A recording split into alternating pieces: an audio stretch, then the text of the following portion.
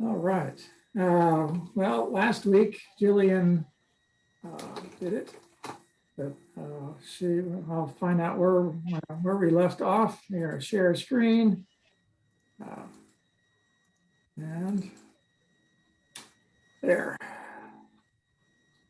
She kind of talked about Mark 11:22. So like if anybody says to this mountain, he probably gestured to the Temple Mount, or it could be the Mount of Olives, either one. But it's still a general expression too. Any mountain, any impossible thing, no matter what it is, it's impossible. God can do it, and so we can have faith in what He does. Now, of course, there's always the part that goes without saying. It's God isn't going to do something just because we believe. He's not going to do something that's against His will. He's not going to do something that's bad for His plan. So that's kind of the unstated proviso in a lot of these verses, sometimes spelled out that it is according to His will. But yeah, that's what Jesus is that through prayer, we're not doing it, it's God doing it. He can do whatever He wants. So He can do the impossible.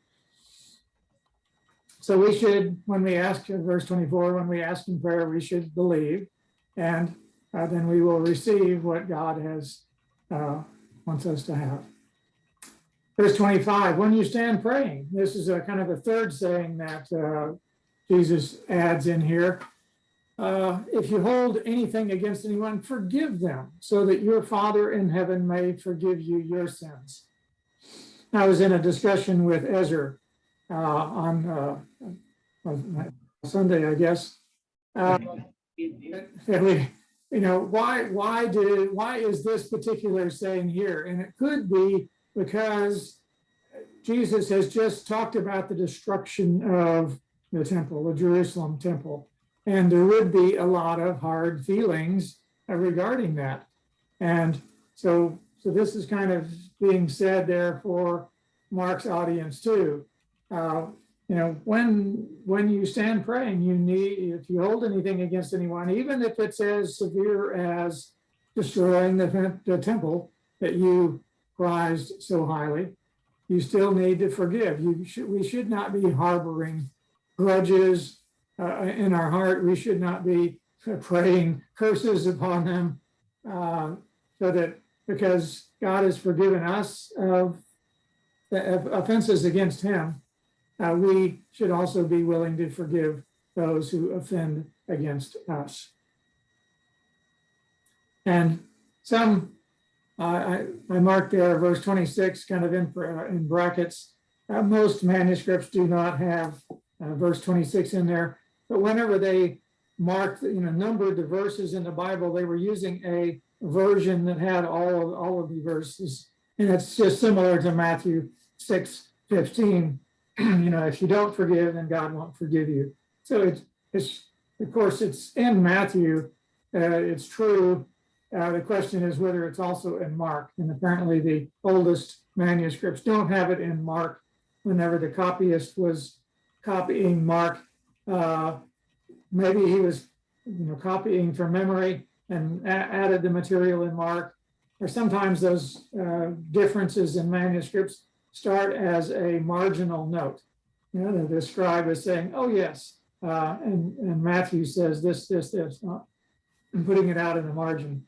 But then the later copyist doesn't realize that this is just a kind of a footnote, but thinks it's a correction to the text that it really ought to be in there. So they put it in there. Either way, some things get added to the text, and they decide later, that wasn't really part of Mark. It's in Matthew. It's not a question of doctrine. It's just a question of which gospel happens to include it. So that's verse 25. Any questions on that so far?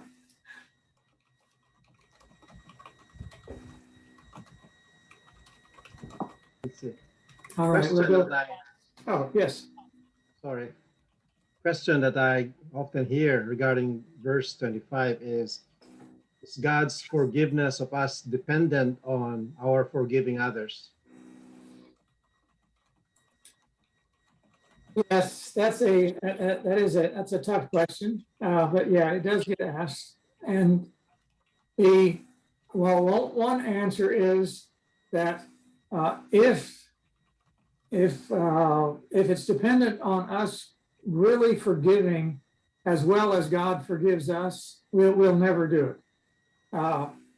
It's God forgives us before even, he died for us even while we were sinners. And we are not able to forgive as thoroughly as God is.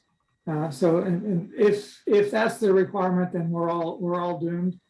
The point is that we should be willing to forgive. We need to realize that we have been forgiven and that we have done wrong. We have, offended, violated laws of a holy God, and yet God has been gracious to us.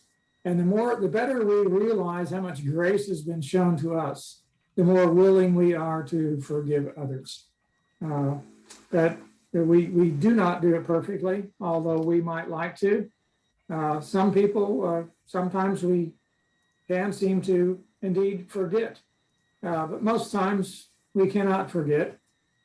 And there's also some differences, some clarification on what forgiveness means. If somebody steals from the church treasury, for example, we may forgive them, but we don't give them the same job again. we don't put temptation in front of them. We can treat them as we love them, we want the best for them, but we don't put them in that situation again, because we know that we are ourselves are mortal. We are weak. We are subject to temptation. We each have different temptations. So forgiveness doesn't mean complete restoration of everything the way it was before, because it isn't the way it was before. Now we know more than we did before. So that's a little more than you asked for. Any other comments? Okay. We'll go back to Mark 11 and starting in verse 27. Now this starts a series of questions, and I have added, the NIV subheads are here. I have added numbers. Question number 1, and then later you'll see question number 2. There are actually a series of 5 questions that are asked. And this parallels what we see in Mark 2 and 3. There are again 5 questions. The first 4 questions are people who are asking Jesus a question, and then the 5th question is one that Jesus himself asks, and people are not able to answer it.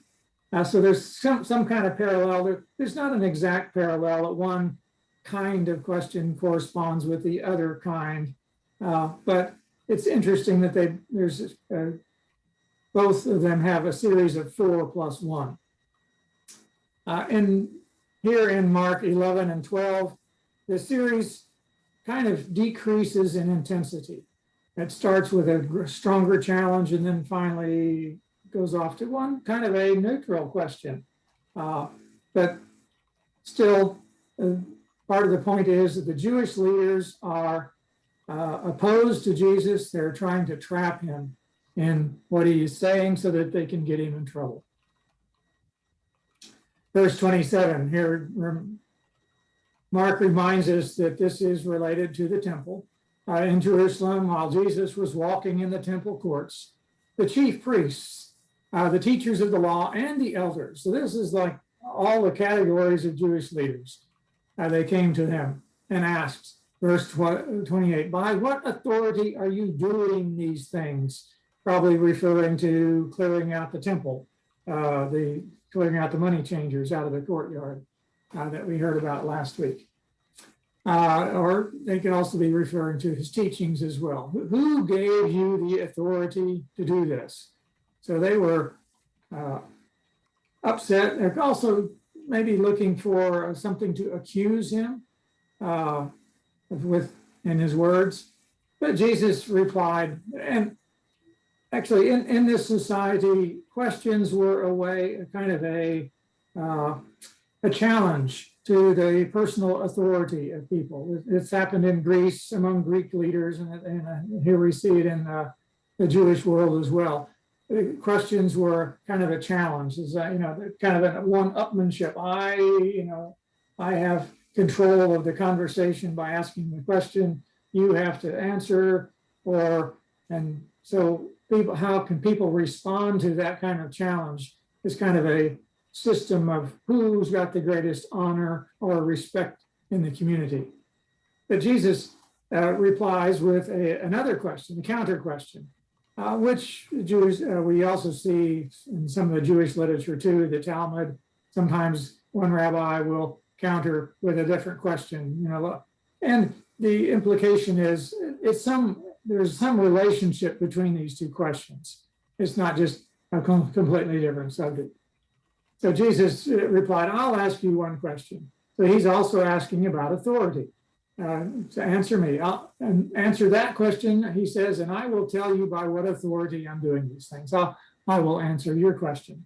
So Jesus' question to them was John's baptism from heaven, or was it of human origin? Was it just his own idea? So he kind of challenges them. Well, tell me. And Mark explains their thinking here. I doubt that he was actually privy to their conversation. He may have found out about it later from some sympathizer, but he could also probably pretty well guess as to what the predicament was that Jesus was putting them in. So they discussed it among themselves. Verse 31, they said, if we say that John's authority was from heaven, he will ask us, then why didn't you believe him? Particularly when John said, the one who is coming after me is greater than me. Then that would put them on the spot too. But verse 32, but if we say of human origin, and Mark doesn't finish the sentence there, they thought that, well, then they would lose the respect of the people. I doubt that the people would actually uprise against them, but they were afraid of losing face, the respect of the people, because all the people believed, as the verse says here, everyone believed that John really was a prophet. He was acting like a prophet and teaching things that were in that the common people like to hear. He was criticizing the leaders. So verse 33, they kind of lost face by saying, well, we don't know. We can't answer your question. And so Jesus said, well, then, if I'm paraphrasing here, if you don't know what kind of authority John had, then how are you going to judge whether my answer is right? I'm not going to answer you. You're not able to discuss this matter. So he responds to them, kind of says, look, tosses the football back to them and said, look, that's yours.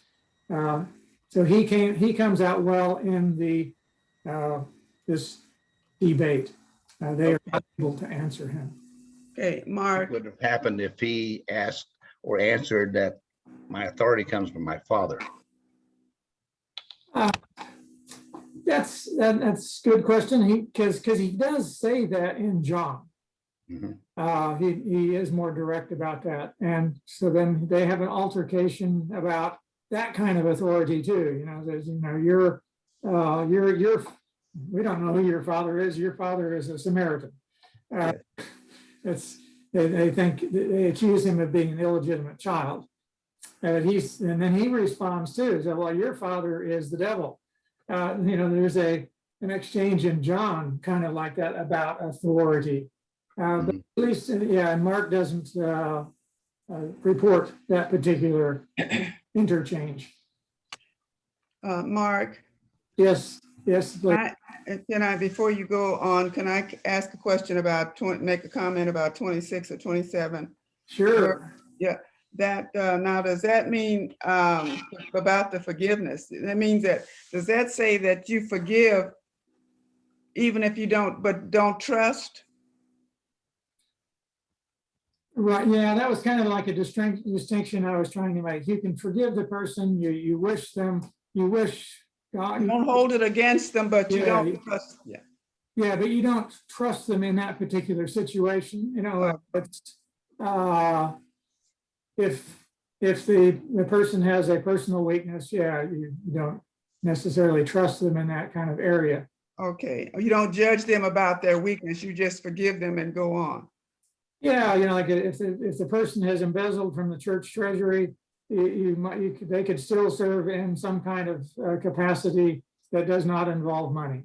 Yes, I see. Okay. That's, you know, maybe in children's church, or, you know, the parking lot attendant, telling people, you know, Okay. yeah. Hey, Mike, maybe you should send this passage to the Catholic Church after that lady today to discover she stole $800,000. Oh boy, I hadn't, yeah, I heard of that one. Yeah. Yeah, it's she worked there for 10 years and stole over 800,000. So now they're going to forgive her. That'd be interesting, huh? She might have to do penance for a long time. That's a lot of penance. Yeah, that's 800,000. I'm sure other people have stolen more than that. Oh, I'm sure. I think of the bishop in Germany who built the bishop's palace renovated for $30 million. Wow. Yeah, so some things like that happen. So yeah, it's difficult. You know, the Catholic Church is, you know, they have tried to forgive the priests who molested children, and yeah, they erred on the side of still trusting them with children. That's kind of we can at least learn from that kind of situation that happened. That's to make a distinction between forgiveness and trust. Yes. I have a comment on verse 25 too. I think you mentioned it. Forgiveness, when God forgives us, he forgives our sins. But when we forgive others, we don't forgive their sins. Because we cannot. Only God forgives sins. It's, you know, like when somebody does something bad against us, they hurt us. They owe us something. So we basically kind of just release them from that, what they owe or the pain. But if they lied, assuming they lied against us, they hurt us, they sin against God. You know, they still need God's forgiveness for that. But we can release them of the hurt, I mean, the pain, but we can never forgive sin. That's between them and God. Right. So you forgive them for their action. We forgive them for what they owe us. We cannot intervene and say that, you know, they are cleansed between their debt for the debt they owe God. Now, God has already said that, you know, when we forgive people, he will also forgive. Right. People aren't going to feel forgiven unless they actually hear it from God, you know, that they repent. If they don't admit that they did anything to God, they're not going to feel forgiven by God either. You know, they may still have a haughty attitude that, you know, what I did really didn't matter, when it does. God says, don't do it. He cares. So that, you know, they should go to God, even though Jesus has already paid for the sin. Yes. Yeah, Repentance is required. Yeah, people need to. For me, that sounds like a response by the IRS.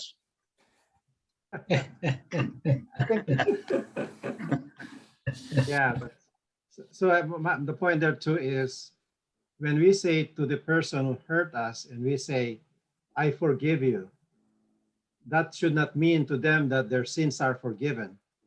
They don't owe us, that they still have to go to God, and confess their sin. Yes. Because it's God ultimately is the one that forgives or cleanses us from sin. Yes. Right. Yeah, they should go to God, realize that there's somebody in the picture that's far more important than we are. Yeah, that the sin really is against God. They can make mistakes against us that aren't sins, and we can forgive them for that. If they accidentally knock over our flower vase and break it, it's not a sin. There we can forgive that completely. But if it's something intentional, if they really didn't like us and knocked over our flower vase in anger, then there's a sin involved in that they need to clear up with God. So you can have identical results, but very different actions and very different reasons and different ways of dealing with the sin or the fault. Yes. Isn't it forgiveness probably more for benefit? Letting go of our anger and seeking our own justice and letting God do the rest. Yeah, his perfect judgment. So maybe it's more for our benefit than for the trespasser. And that is, it does help us a lot.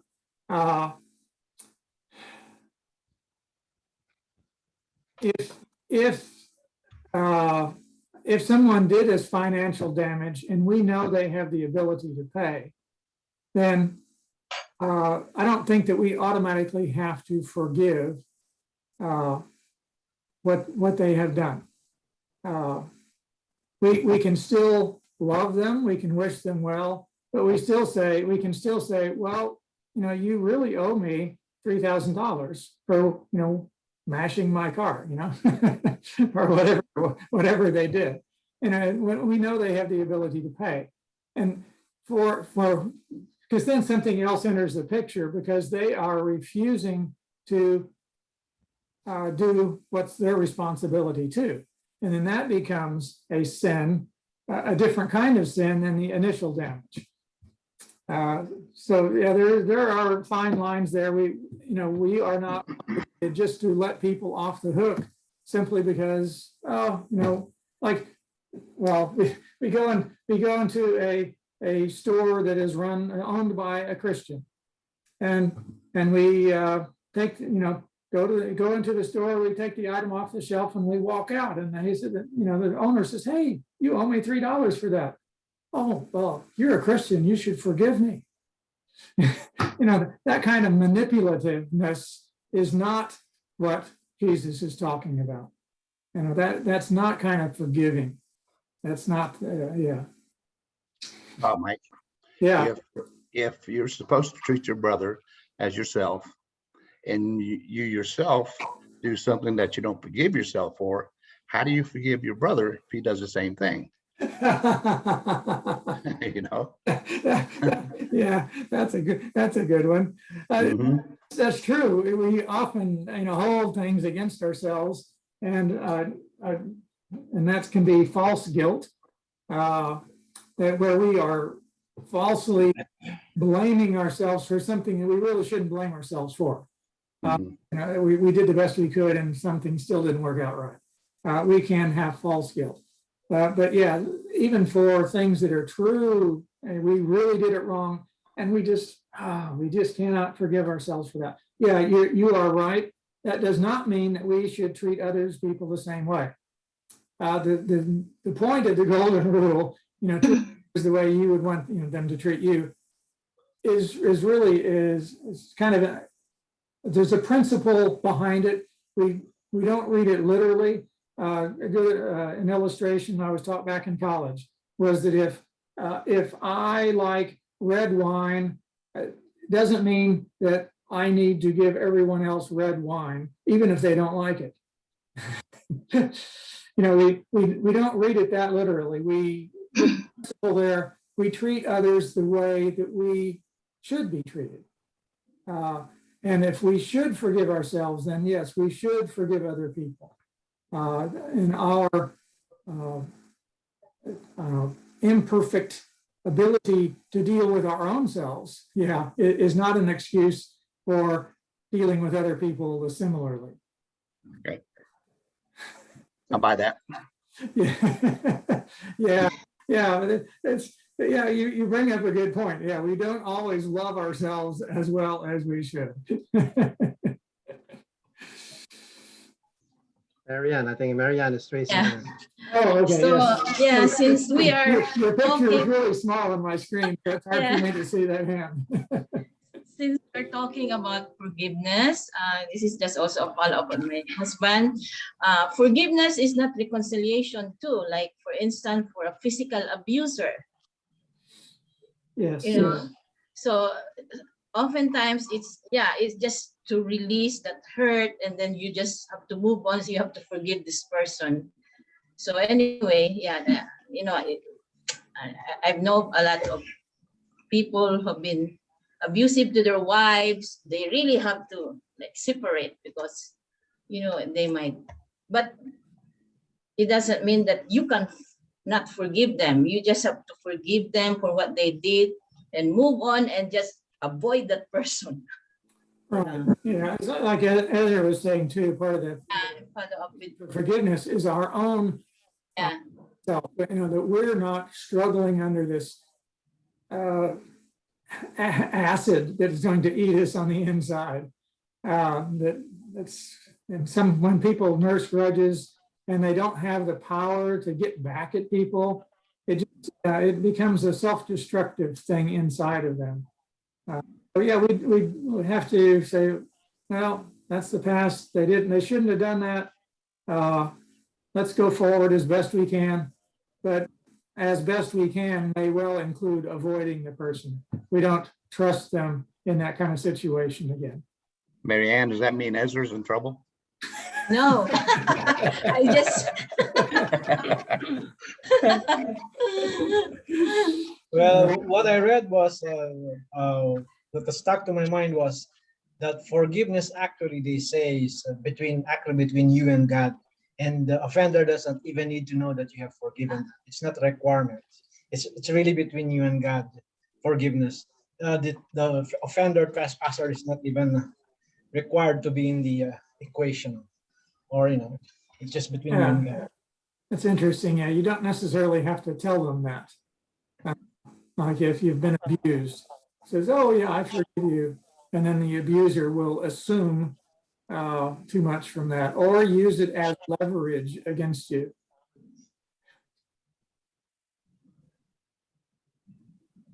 Some people just aren't very nice.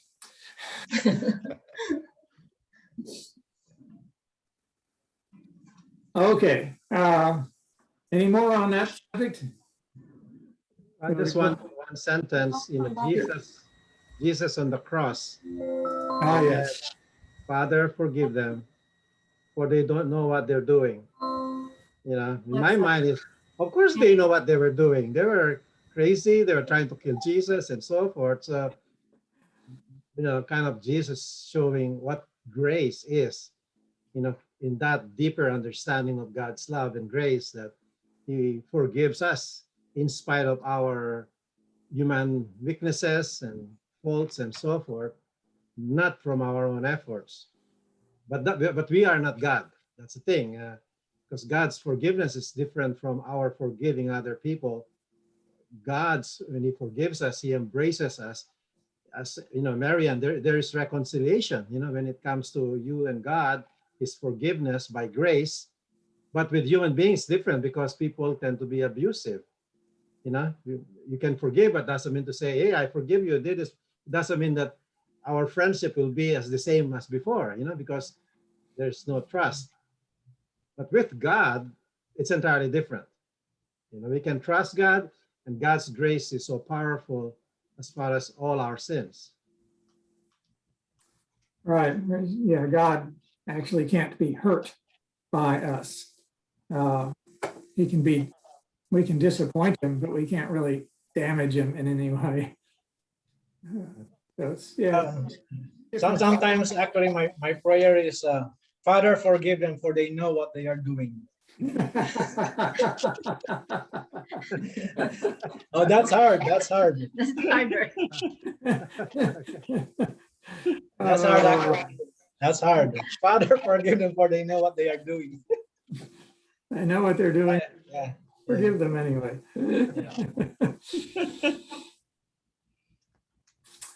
Right.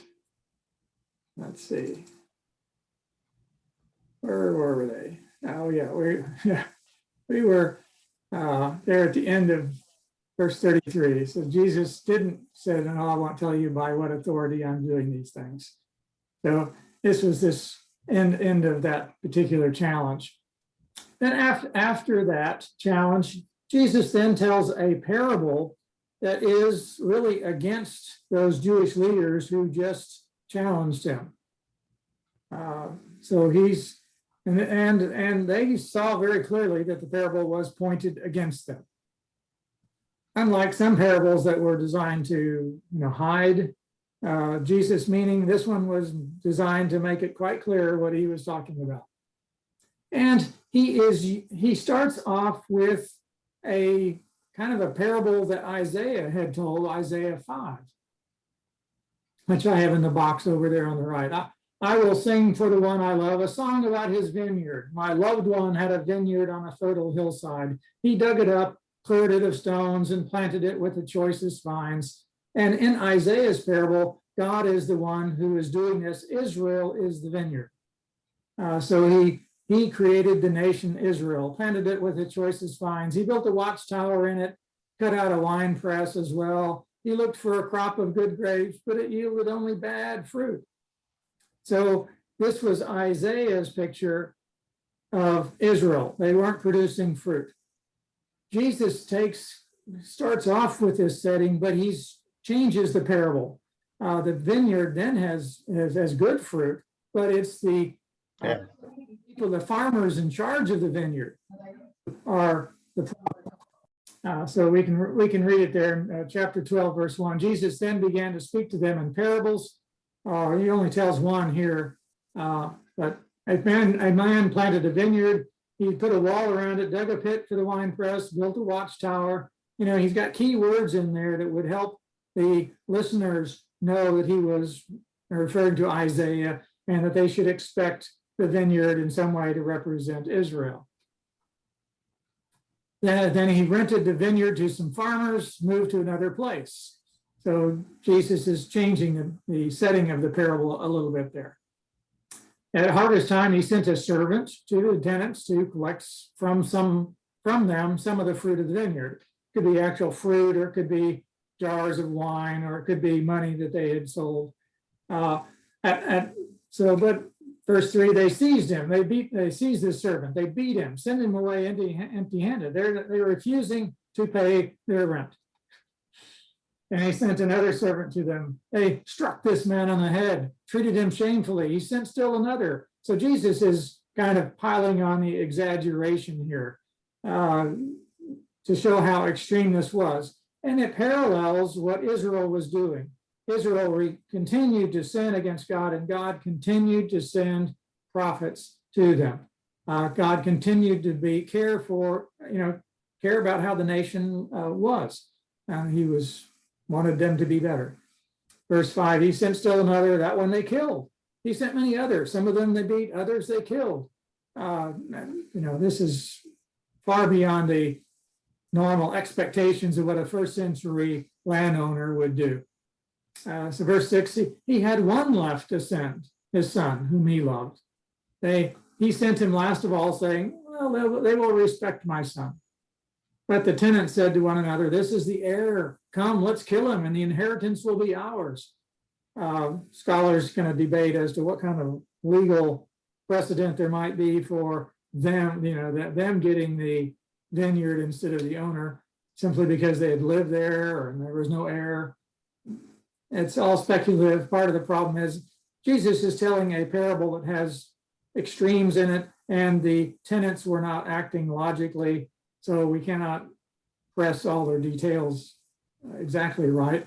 But Jesus is shaping that kind of response to be parallel with what the Jewish leaders were doing in trying to kill the Son of God that God had sent to them, as they're acting as if they are the owners and not God.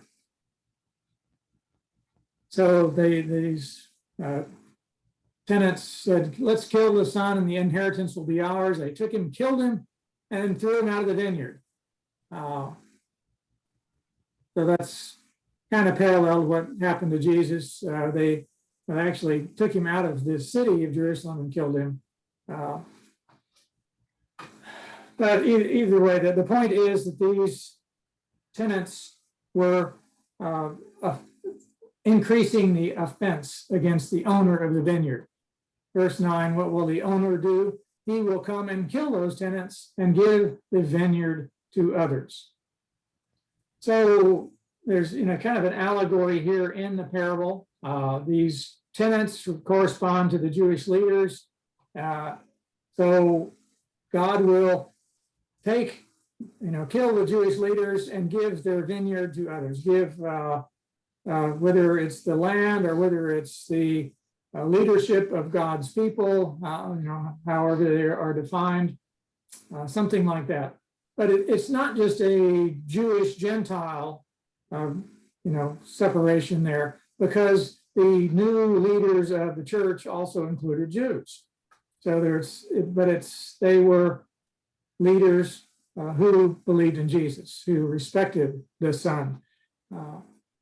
So God is removing one set of leaders, putting in another, and the composition of the people of God also changes with the inclusion of Gentiles as well as a remnant of the Jews. And then Jesus concludes the parable with a quote from Psalm 118. Haven't you read this passage of scripture? The stone the builders rejected has become the cornerstone. The Lord has done this, and it is marvelous in our eyes.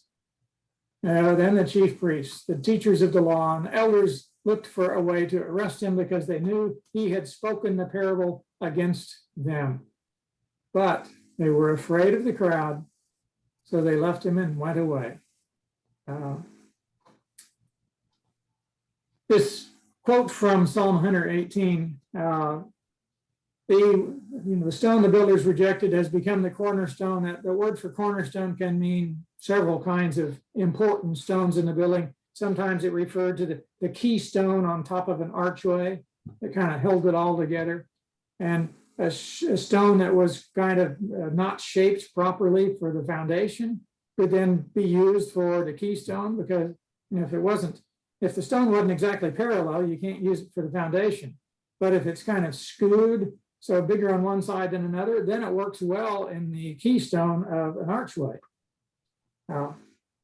But since the Greek word could be used for either kind of stone, we're not really positive what Jesus was referring to here. Later in epistles, Paul calls Jesus the cornerstone. So that tends to be the favored translation here, that Jesus is the cornerstone. But the point is that the builders reject something, but yet it turns out that what they rejected is actually the most important stone of the whole building. It's surprised them. The builders made a big mistake there. Any questions about that parable?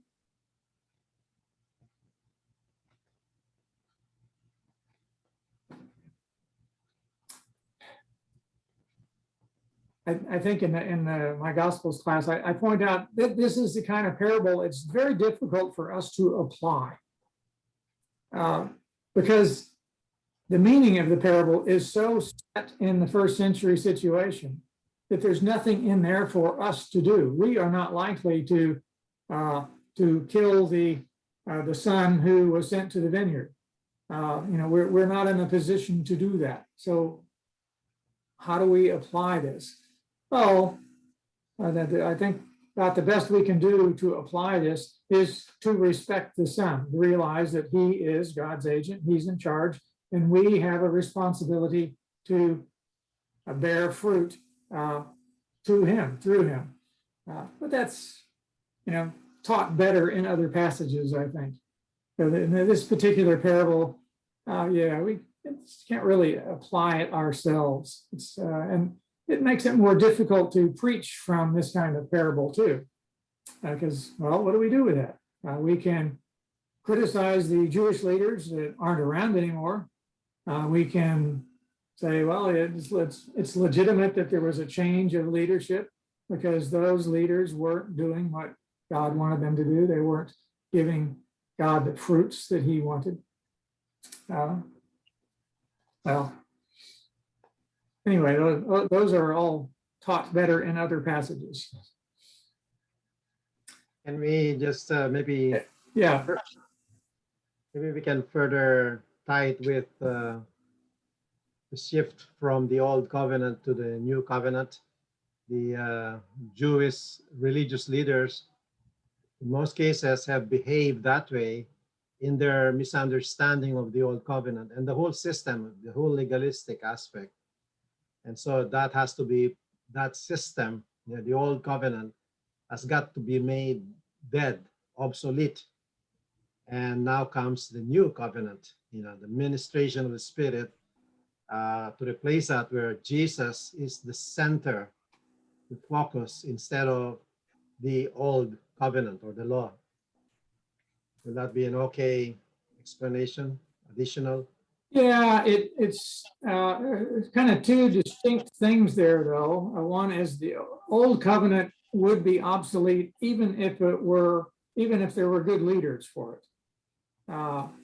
But I think the old covenant was given in a context of where the people had religious ideas of the kind of priesthood that they wanted, and that kind of priesthood is in itself subject to abuse. The power that they had was so easily misused against the people. They had a lot of control, so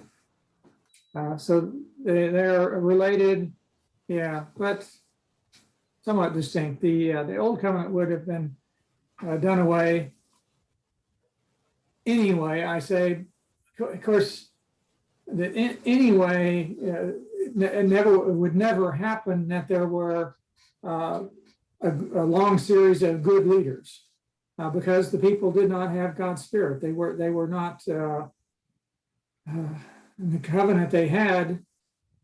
The Spirit wasn't built into the covenant, whereas in the new covenant, that's the Spirit is a big part of the new covenant. So there's a change in terms and change in what's going on there. So Jesus took it to a spiritual level, took it to the next level. Right. Yeah.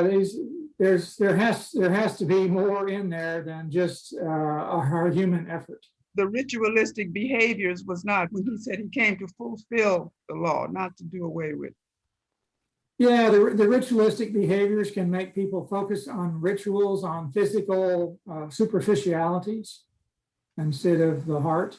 Yes. Yeah, and that happened, as God knew would happen. God knew that the people would not keep the covenant he had given them. Right. Moses that. Yeah. But it instituted for a time. For a couple of things, it was an object lesson of what happens to people when they are on their own, when they have laws and try to do well on their own performance. Exactly. But it also provided a setting in which Jesus could come, and what he did for us, his sacrifice for us, was in a context that we had things to connect it to. The sacrifice gave forgiveness, brings atonement. So some of the pictures that the old covenant gave us were then fulfilled by Jesus, and those pictures help us as a church understand what Jesus was doing and is still doing. Yes. I think, Pastor Mike, the struggle that most people often have is when they read that parable is the picture of the killing, because of what they did, and then he killed the tenants. When that kind of picture, it is a parable, but anything that kind is related to the wrath, God's wrath, killing, sometimes difficult for people even today to understand. Is that kind of God? It's vengeful and so forth.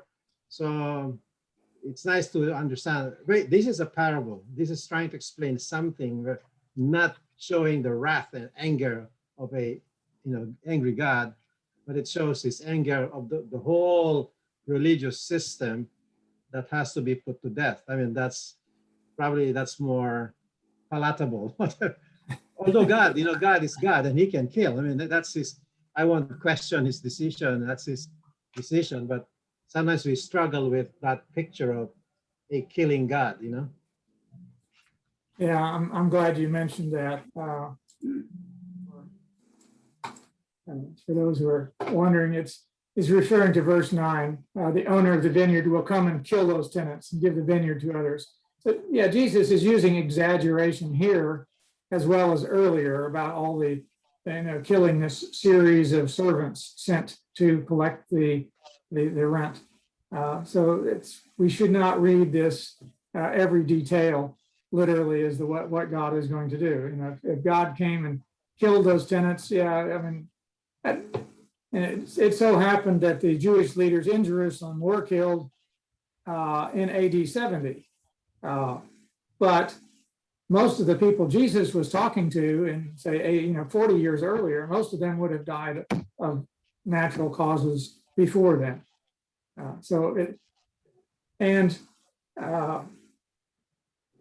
God did not, if God killed all the people who didn't give him the fruit he deserved, then we'd all be dead. We have to allow for exaggerations in the parables. Okay, the next question. Paying the imperial tax to Caesar, verse 13. Later, they sent some of the Pharisees and Herodians. These two groups were normally enemies of each other. The Pharisees were kind of anti-Roman, and the Herodians were pro-Roman. But here they got together to, as Mark says here, to catch Jesus in his words, to kind of trip him up, get him in trouble. They came to him and said, "Teacher," here they pile on the flattery. "We know you are a man of integrity." We're not. we're trying to deceive. We're trying to get you in trouble here, but you are a man of integrity. You aren't swayed by others, and that's exactly what they did in this story. They were swayed by others. They were afraid to give an answer because of what they thought. Here, they're ironically, they are accurately describing Jesus, but they are doing it for the wrong reasons. You aren't swayed by others because you pay no attention to who they are. You're not respecting one person against another, but you teach the way of God in accordance with the truth. So they're kind of prefacing it, laying it on kind of thick, but saying, all right, let's give us an honest answer here. Is it right to pay the imperial tax to Caesar or not? Should we pay the tax or shouldn't we?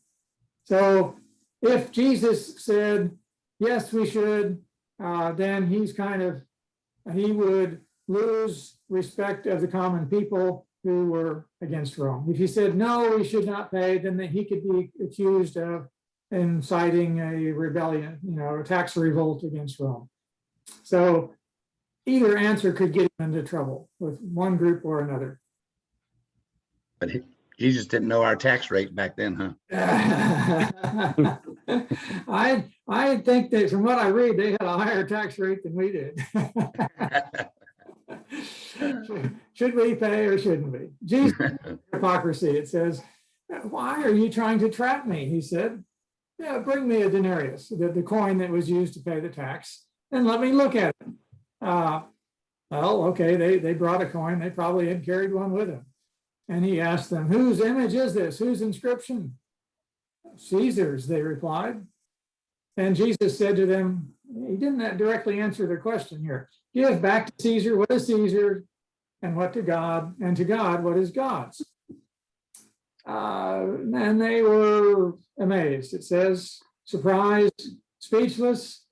They didn't know what to say. Kind of the logical next question is, well, is this coin God's or Caesar's? It's like, well, then that would make them look foolish.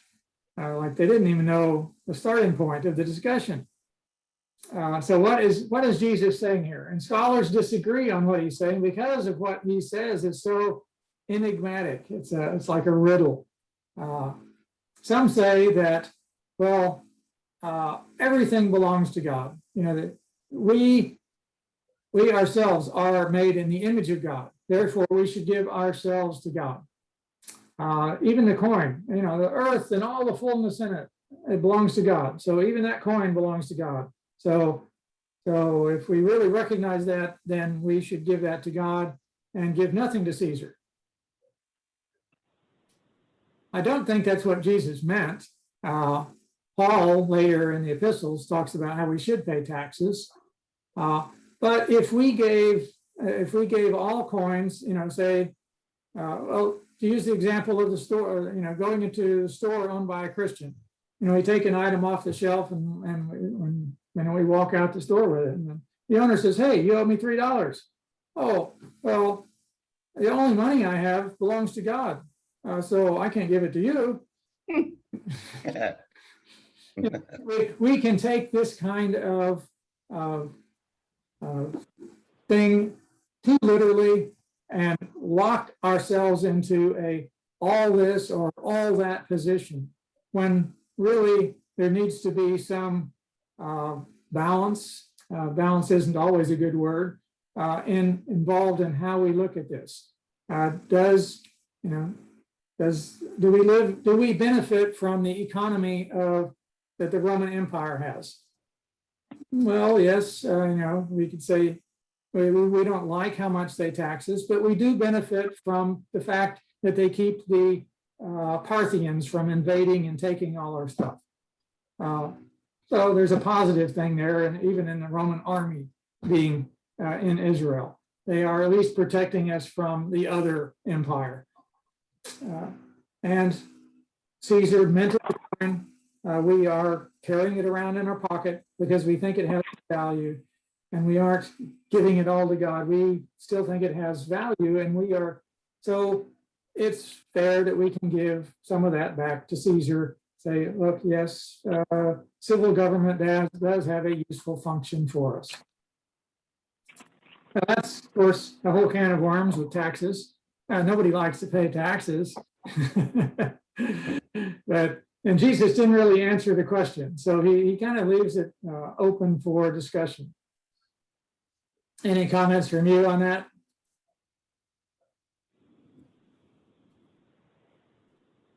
The last sentence says, and they were amazed. What amazed them? Yeah, they were so surprised by his answer, whether the cleverness of it or, oh no, now what do we say next? Yeah, they don't.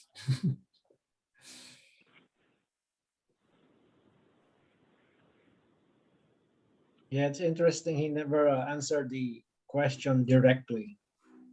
Yeah. So. Did Jesus ever talk to Caesar?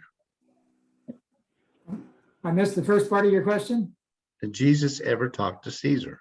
No. I don't think so, huh? No, Caesar, yeah, see, I don't think Caesar ever went to Israel. Okay. It's never in Judea. Let's see, later, the Roman general who destroyed the temple later became Caesar.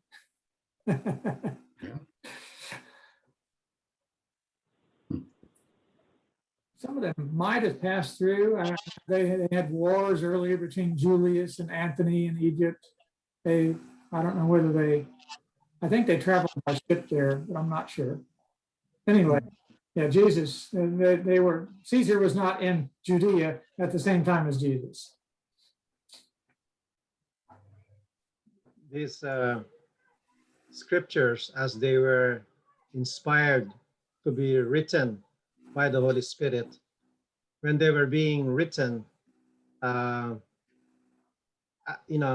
trying to figure out the difference between as they were spoken by Jesus and the people who were listening. How did they understand it? Yet when it was being written, it was also being written for our sakes today, not for those people, because when they were written, those people were gone. So these were being written for us today to learn something. And often we have a different understanding of the situation than them, those who are listening, you know. Yeah, Jesus had one reason for saying it, and then Mark had a different reason for including it in his gospel, 30 years later, or whatever it might have been. It's addressing different settings, and here we are picking it up, 2,000 years later, and trying to put it into a setting, a modern setting. And how do we deal with this when so many different things are different now? We don't live in an empire. For example, we have different customs of land ownership and absentee landlords and tenant farmers, how to deal with debt. We don't allow owners to come in and kill the tenant farmers. So many things are different. So we have to look at principles in there, and that takes some discussion, and that's where different Christians in the church, by talking about it, we can come to better understanding by through our discussions of how to apply, what principle is involved, and how to apply it. Very interesting. I mean, even not only generations, but even cultures. A person from Japan or from India reading this will have probably a slight difference of understanding, Right. the way they live their lives, But the Spirit speaks anyway, still the same Spirit that speaks to us. One thing, it seems to me that the leaders that came to question Jesus and were clearly opposed to him, he was way ahead of them. He was always way ahead of them. And that means something to me, that whatever our leaders might do, or anybody might make plans that might not be for good, he's got it figured out. He's not fooled by them. And he'll do what he needs to do when he needs to do it. And they're just never going to get ahead of him. Right. He is still in charge. Like it says, I think it's Psalm 2, he says that the nations, they plot, and he said, and he laughs at them. He says he holds them in derision. And that's a very comforting thought to me, that let's go. Thinking about, let's say, for one person, the leader of North Korea, they threaten, they bluster, just laughs. He'll take care of it. Don't worry. So, Yeah. Thank you. It's like one ant on the anthill boasting against the others. Mm-hmm. All right, we've reached the end of our time, so we will resume next week with question number 3, marriage at the resurrection. All right. Thank you. Thank you. Thank you, everyone. Everyone. Good night. Thanks, Nice Mike. to see Thanks, you. everybody. Bye. We'll see you. Bye, everybody. All right. Bye. Thank you. Thank Bye. you. Thank you.